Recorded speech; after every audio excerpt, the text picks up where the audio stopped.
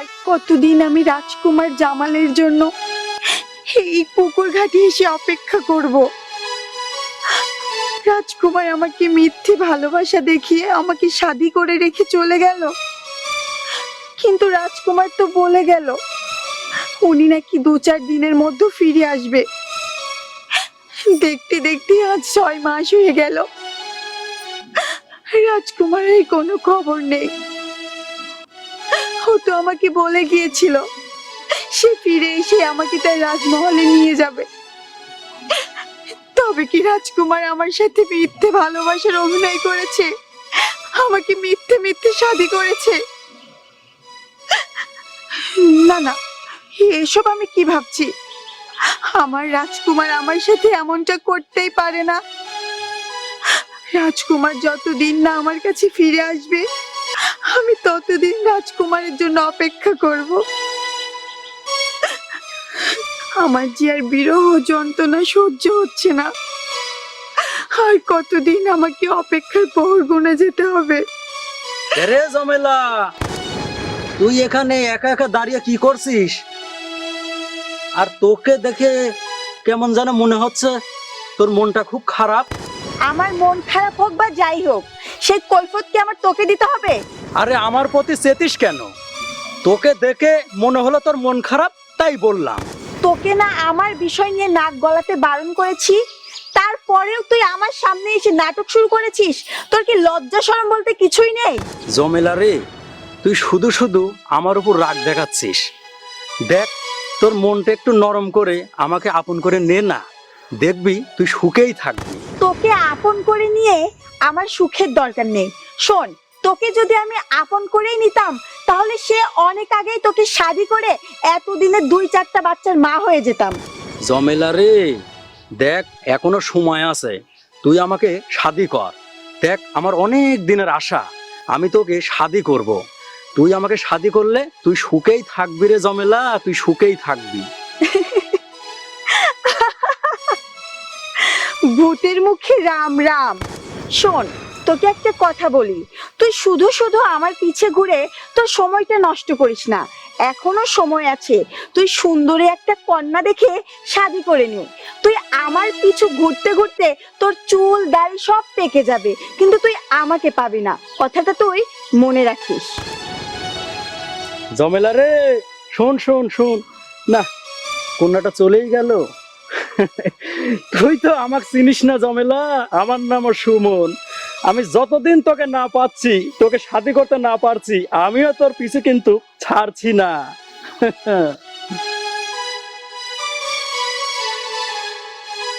কতদিন হয়ে গেল মেয়েটাকে বললাম, মারে তুই রাজকুমারকে ভুলে যা, কিন্তু মেয়েটা যে আমার কোনো কথাই শুনছে না। বাবা, কি রে মা? তুমি একা একা কার সাথে কথা বলছো? কার সাথে আর কথা বলবো রে মা? তুই যে আমার কোনো কথাই শুনছিস না, তাই একা একাই কথাগুলো বলছি। বাবা, তুমি যত কথাই বলো, আমি রাজকুমারকে ছাড়া অন্য কাউকে শাদি করতে পারবো না। জানো বাবা, মেয়েদের জীবনে শাদি একবারই হয়, আর আমি তো রাজকুমারকে ভালোবেসে শাদি করেছি। রাজকুমার যদি আমার জীবনে আর কখনো ফিরে না আসে, আমি বাকিটা জীবন একাই পার করে দেব বাবা। তবুও আমি অন্য কাউকে শাদি করব না। মারে, তুই যদি কাউকে শাদি করতে রাজি না হোস, তাহলে তোর সুন্দর জীবনটা নষ্ট হয়ে যাবে মা। তাই দেখে শুনে ভালো দেখে কোথাও তোকে একটা শাদি দিয়ে দিই। না বাবা, যাকে আমি আমার এই মন প্রাণ সবকিছু উজাড় করে দিয়েছি, আমি তাকে ছাড়া অন্য কাউকে ভাবতে পারবো না। তুমি দেখো বাবা, একদিন না একদিন রাজকুমার আমার ভালোবাসার টানে ঠিক আমার কাছে ফিরে আসবে। আর আমার আর রাজকুমারের ভালোবাসা যদি পবিত্র হয়ে থাকে, তাহলে তুমি দেখো আমাদের মাঝে কেউ বাধা হয়ে দাঁড়াতে পারবে না। মারে, রাজকুমার যদি তোকে ভালোই বাসতো, আজ 6 মাস গত হয়ে গেল, কই সে তো এলো না। তোকে যদি এতই ভালোবাসতো তাহলে এসে রাজমহলে নিয়ে যেত। বাবা, আমার এই মন বলছে রাজকুমার আমাকে ছাড়া কখনোই থাকতে পারবে না। নিশ্চয়ই রাজকুমারের কোনো সমস্যা হয়েছে, তাই হয়তো সে আমার কাছে আসতে পারছে না। রাজকুমারের প্রতি তোর এত অগাধ বিশ্বাস রে মা? হ্যাঁ বাবা, আমি রাজকুমারকে অনেক বিশ্বাস করি, কারণ রাজকুমার যে আমাকে ভালোবাসে, সে আমার ভালোবাসায় মগ্ন। আমি জানি রাজকুমার মানুষটা কখনোই খারাপ না, তার চলাফেরা, তার ধ্যান ধারণা আমি তার সাথে চলেই বুঝেছি। আর যাই হোক, রাজকুমার আমাকে ছাড়া কখনোই থাকতে পারবে না। সে যে আমাকে প্রতিশ্রুতি দিয়ে গেছে, সে আমাকে রেখে অন্য কাউকে নিয়ে ভাববে না। তাই আমিও রাজকুমারকে ছাড়া অন্য কাউকে নিয়ে ভাবতে পারবো না। আর শাদি করা তো দূরের কথা।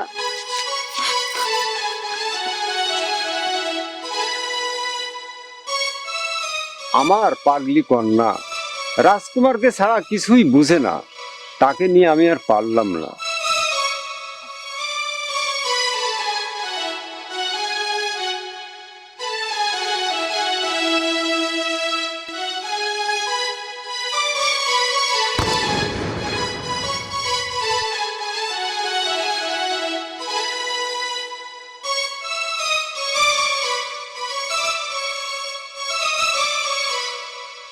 তুই আজ আবার আমার সামনে এসে দাঁড়ালি?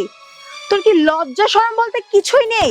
তুই কি লজ্জা শরমে মাথাটা বেঁচে খেয়েছিস? জমেলা রে, তুই হাজার কথা বললেও আমি কিন্তু তোর পিছু ছাড়ছি না। কারণ তুই যতদিন আমাকে শাদি না করবি, আমি ততদিন তোর পিছু লেগেই থাকবো। আমিও জমেলা যখন তোকে একবার বলেছি আমি তোকে শাদি করব না, তুই হাজার বছর আমার পিছু ঘুরলেও আমি তোর প্রস্তাবে কখনোই রাজি হব না। রাজি কি তুই এমনি এমনি হবি? শোন, আমার পিতাকে তোর পিতার কাছে আমার শাদির প্রস্তাব নিয়ে পাঠাবো, তখন তুই এমনিতেই রাজি হয়ে যাবি।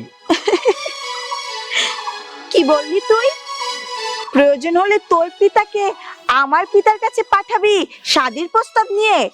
ওরে আমার আলাভোলা শয়তান, তুই কি মনে করেছিস তোর পিতা আমার পিতার কাছে শাদির প্রস্তাব নিয়ে গেলেই আমার পিতা রাজি হয়ে যাবে? অত সস্তা না, বুঝেছিস? তোর পিতাকে কিভাবে রাজি করাতে হয় সেটা আমার পিতা ভালোভাবেই জানে। তোর কথা শুনে মনে হচ্ছে তোর পিতা আমার পিতাকে জোর করে তোর সাথে আমার শাদি দিতে রাজি করাবে। শোন, আমরা অতটাও সস্তা না যতটা সস্তা তুই ভাবছিস। আমরা গরিব হতে পারি, কিন্তু কখনো কারোর সামনে মাথা নত আমরা করি না। এসব আজারে পেছাল না পেরে এখনো সময় আছে, তুই আমাকে শাদি করে ফেল, এতে তোর ভালোই হবে। তাই শোন, তোকে আজ আমি শেষবারের মতো একটা কথা বলে দিচ্ছি, তুই আর কখনো কোনোদিন এই শাদির কথা আমার সামনে এসে বলবি না। কারণ আমি আমার এই মন প্রাণ অনেক আগেই একজনকে দিয়ে দিয়েছি, আর আমি তাকে ছাড়া কখনো অন্য কাউকে ভাবতে পারবো না। কথাটা তুই মনে রাখিস। জমেলা রে, আমি থাকতে তোর মন প্রাণ আগেই একজনকে তুই দিয়ে দিয়েছিস। ভেবেছিলাম তোকে আমি ভালোবেসে শাদি করব, আর তুই তোর মন প্রাণ আরেকজনকে দিয়ে দিয়েছিস। না, এটা তো আমি মেনে নেব না। তোকে আমি আমার পিতাকে দিয়ে যেভাবেই হোক তোকে আমি শাদি করেই ছাড়বো। তুই তো আমাকে চিনিস না, আমার নাম সুমন।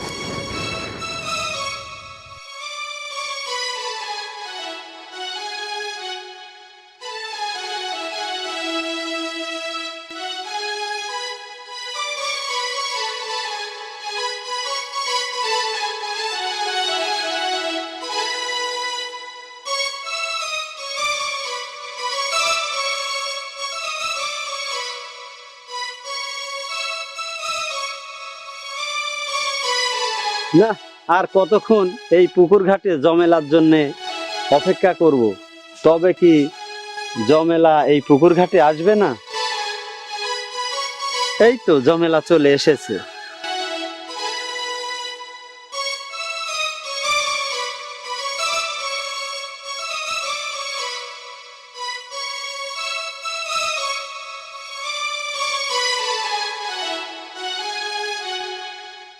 রাজকুমার, আমার বিশ্বাসই হচ্ছে না যে আপনি আমার সামনে দাঁড়িয়ে আছেন। আমি আবার স্বপ্ন দেখছি না তো? এটা স্বপ্ন নয় জমেলা, তোমার টানে তোমার এই জামাল তোমার কাছে ছুটে এসেছে। আপনি এতদিন কোথায় ছিলেন রাজকুমার? আপনাকে ছাড়া আপনার জমেলা সারা দিন সারা রাত শুধু আপনাকে নিয়েই ভেবেছে। এটা যে কি কষ্ট, আপনাকে আমি বলে বোঝাতে পারবো না। রাজকুমার, এতদিন পরে আপনাকে আমার সামনে দেখে আমার এই মনটা যে ভরে গেল, আমার যে আজ কি খুশি লাগছে, আমি আপনাকে বলে বোঝাতে পারবো না। জমেলা, তোমাকে অনেক দিন পরে দেখে আমারও খুব ভালো লাগছে। রাজকুমার, আপনার আসতে এত দেরি হলো কেন?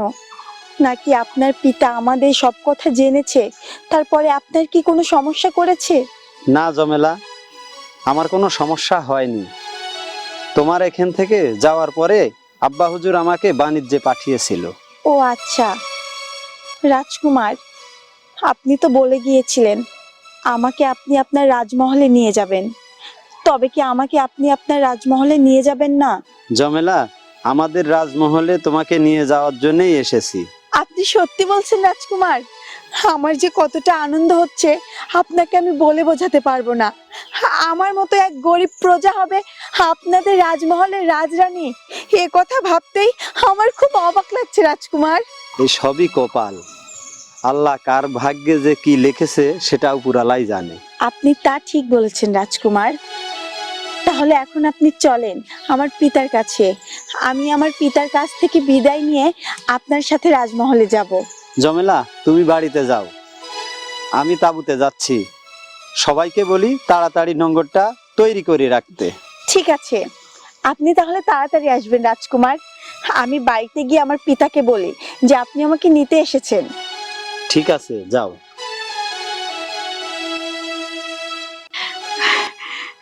আজ যে আমার কত খুশি লাগছে, আমার রাজকুমার আমার কাছে ছুটে এসেছে। আমি জানতাম রাজকুমার আমাকে ছাড়া থাকতেই পারবে না। যাই, এই খবরটা এক্ষুনি আগে পিতাকে দেই যে রাজকুমার আমাকে নিতে এসেছে। কাদের, কাদের, কাদের চাচা, কাদের চাচা বাড়িতে আছেন? কে ডাকে? আমি হামেদ শেখ। হামেদ শেখ? আমার বাড়িতে কি মনে করে? তোমার তো কপাল খুলে গেছে।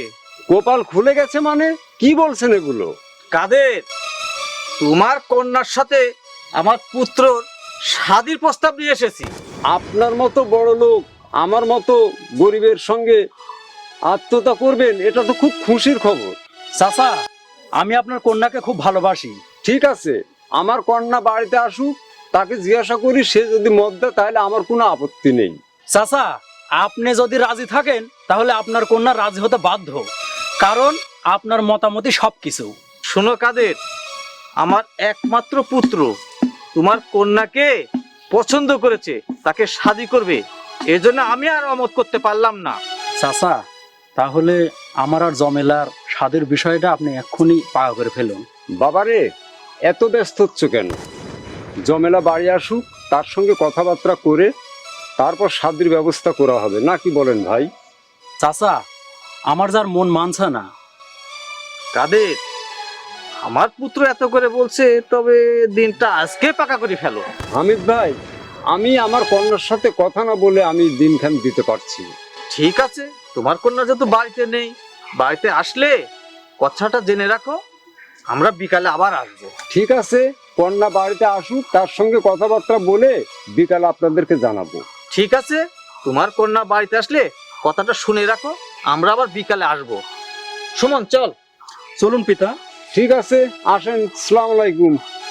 আমার কন্যার কপালটাই ভালো, শুধু ধনী পরিবার থেকেই শাদীর প্রস্তাবগুলো আসে।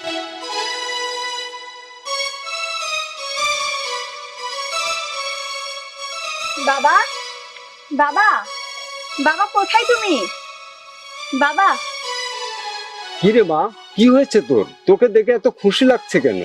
বাবা, আমার যে আজ কি খুশি লাগছে তোমাকে তো আমি বলে বোঝাতে পারবো না। কি হয়েছে, কি বলবি তো? তোমাকে আমি বলেছিলাম না রাজকুমার আমাকে ছাড়া থাকতে পারবে না, রাজকুমার ঠিক আমার কাছে ছুটে আসবে। কোথায় তোর রাজকুমার মা?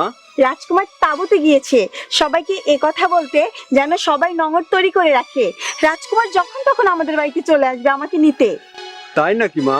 আর শুন, সুমন এসেছিল তার পিতাকে নিয়ে তোর সঙ্গে শাদীর প্রস্তাব নিয়ে। কি বললে বাবা?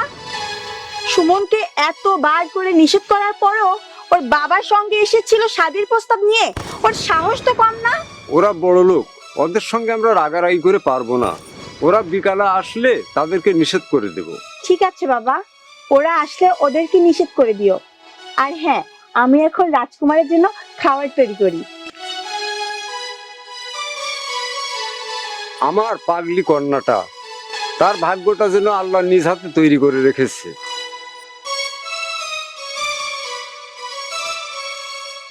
কাদের, কাদের, বাড়িতে আসো। কাদের। হ্যাঁ, বাড়িতে আছি। ও, আপনারা আসছেন? হ্যাঁ, আসছি। তবে তোমার কন্যা কি আমার পুত্রের সঙ্গে শাদীর মত দিয়েছে? আমার কন্যা আপনার পুত্রকে শাদী করতে রাজি না। কি বললে? আমার পুত্রের শাদীর প্রস্তাব তোমার কন্যা প্রত্যাখ্যান করছে? এত বড় সাহস হয় কি করে? দেখলেন পিতা, আপনার কথা প্রত্যাখ্যান করলো। কত বড় সাহস! ডাকো তোমার কন্যাকে। কত বড় সাহস হয়েছে তোমার কন্যার? আমাকে ডাকতে হবে না, আমি ঘর থেকে আপনাদের সব কথা শুনেছি। একটা কথা আপনারা কান খুলে শুনে রাখুন, আমি আপনার পুত্রকে কখনোই শাদী করব না। দেখলেন পিতা, ওর কত বড় সাহস! ও আপনার মুখের উপর কথা বলে। এই কন্যা, তোর সাহস তো কম না, আমার মুখের উপর কথা বলো। আপনি আমার সাহসের কি দেখেছেন? সবে মাত্র তো শুরু হলো। মারে, তুই চুপ কর, আমি সব দেখছি। আপনি কি দেখবেন? আমি কোনো কথা শুনতে চাই না। আমি আপনার কন্যাকে শাদী করব, এটা আমার শেষ কথা। তুই আমাকে শাদী করবি? তাহলে একটা কথা তুই কান খুলে শুনে রাখ, আমি অনেক আগে শাদী করেছি, তাও আবার এই রাজ্যের রাজকুমারকে। কাদের, তোমার কন্যা কি বলে? রাজকুমারকে নাকি শাদী করেছে? তুই যা বলছিস সব মিথ্যা কথা। তোর মতো ফকিন্নিকে রাজকুমার কখনো শাদী করতে পারে না। মিথ্যে কথা নয়, জমেলা যা বলছে সব সত্য কথা। রাজকুমার আপনি, আর আপনি এসব কি বলছেন? হ্যাঁ, আজ থেকে 6 মাস আগে আল্লাহকে সাক্ষী রেখে জমেলাকে শাদী করেছি। রাজকুমার, এই সুমন আমাকে রোজ জ্বালাতন করত শুধুমাত্র আমাকে শাদী করার জন্য। আপনি আগে এর একটা বিহিত করুন। রাজকুমার, আমার পুত্রকে ক্ষমা করে দিন। হ্যাঁ, ঠিক আছে, ক্ষমা করলাম। এই মুহূর্তে আপনারা স্থান ত্যাগ করুন।